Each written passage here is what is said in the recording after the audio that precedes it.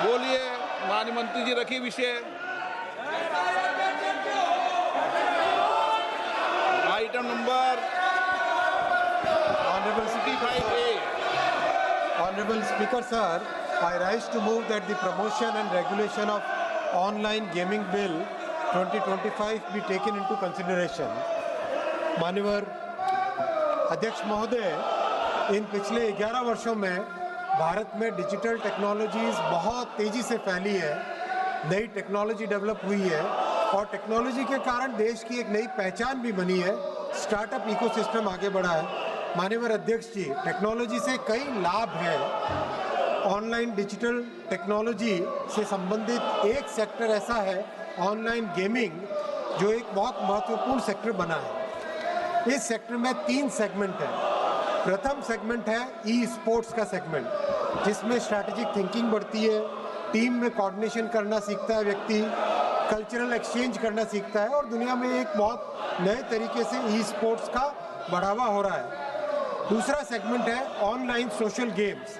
हम सब ने ऑनलाइन सोशल गेम्स, चाहे सॉलिटेयर हो, चाहे चेस हो, चाहे सुडोकू हो, ये सब देखे खेल सीखने के लिए उपयोगी है, एजुकेशन के लिए उपयोगी है, एंटरटेनमेंट के लिए भी उपयोगी है, मेमोरी बढ़ाने के लिए उपयोगी और वाइडली अवेलेबल है, वाइडली खेले जाते हैं। लेकिन माननीय अध्यक्ष जी, एक तीसरा सेगमेंट ऐसा है ऑनलाइन मनी गेम्स, जो कि आज समाज में बड़ा चिंता का विषय बना है। जैसा आपने आरंभ में कहा, कई ऐसे परिवार है, कई ऐसे व्यक्ति है जिनको ऑनलाइन मनी गेम्स के कारण एक एडिक्शन हो जाता है, जिंदगी भर की बचत गेम में उड़ा दी जाती है। फ्रॉड और चीटिंग एल्गोरिदम्स ऐसे होते हैं कि पता नहीं चलता कि कौन किसके साथ खेल रहा है और एल्गोरिदम्स ओपेक एल्गोरिदम्स होते हैं, हार निश्चय हो जाती है। फाइनेंशियल लॉसेस, माननीय अध्यक्ष जी, कई परिवार नष्ट हुए, एक्सट्रीम केसेस हुए, सुसाइड भी हुई। अभी हाल ही में कर्नाटक की एक रिपोर्ट है टाइम्स ऑफ इंडिया की, 32 सुसाइड 31 महीनों में, ये टाइम्स ऑफ इंडिया में 20 तारीख को छपा है।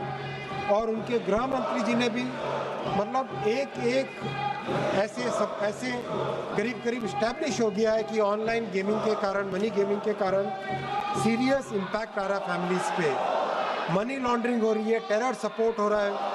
अध्यक्ष जी, वर्ल्ड हेल्थ ऑर्गेनाइजेशन ने अपनी रिपोर्ट में स्पष्ट कहा है कि association between online money games and compulsive behaviour, psychological distress, financial hardship, disruption of family life, उन्होंने इसको ऑनलाइन गेमिंग का डिसऑर्डर एक नया घोषित किया है।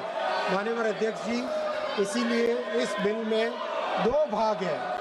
3 सेगमेंट में से 2 सेगमेंट को सरकार प्रमोट करना चाहती है, ई स्पोर्ट्स को, ऑनलाइन सोशल गेमिंग को।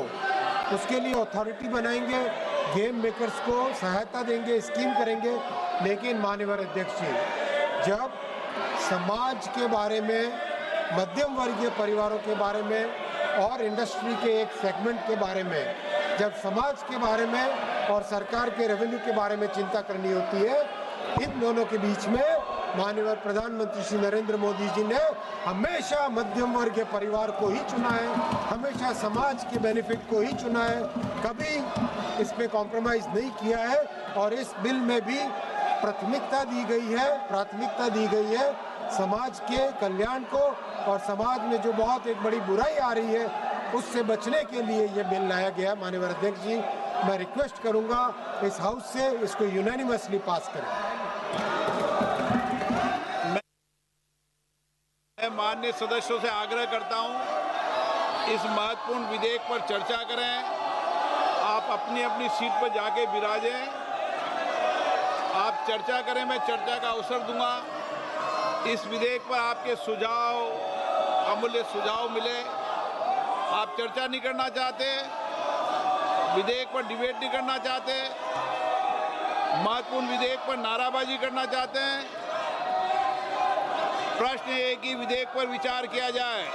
जो सदस्य इसके पक्ष में हाँ गए, जो सदस्य विरोध में ना गए,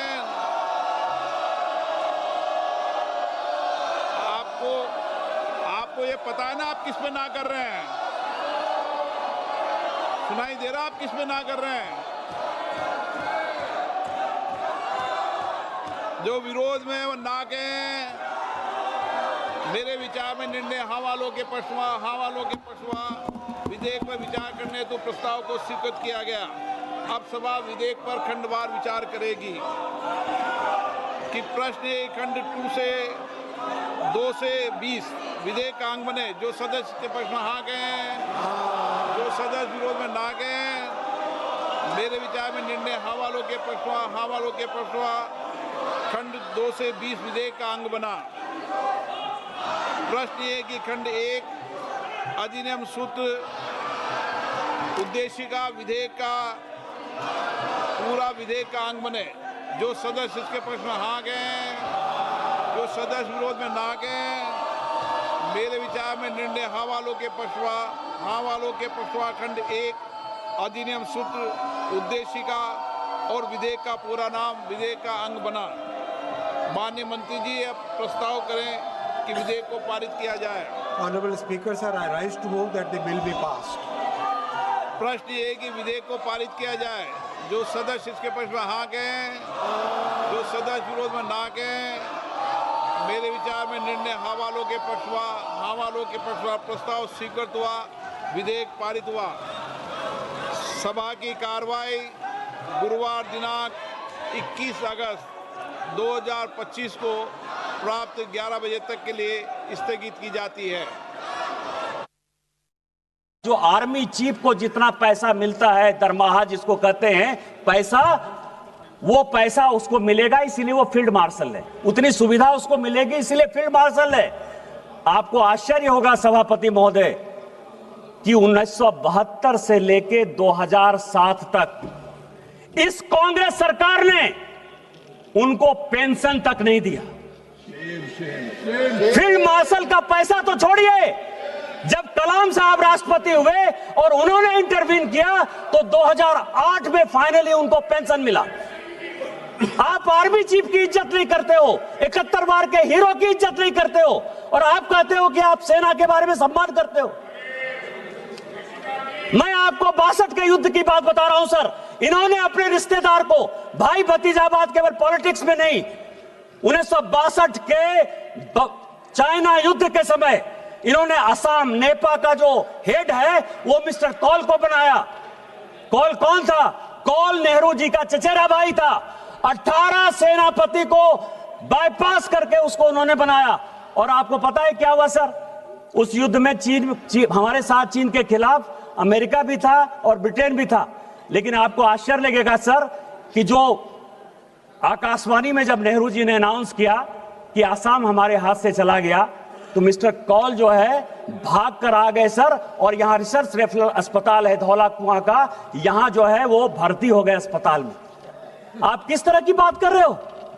उन्होंने अपनी किताब में लिखा सर, अनटोल्ड स्टोरी में लिखा, उसी मिस्टर बी एल कौल ने लिखा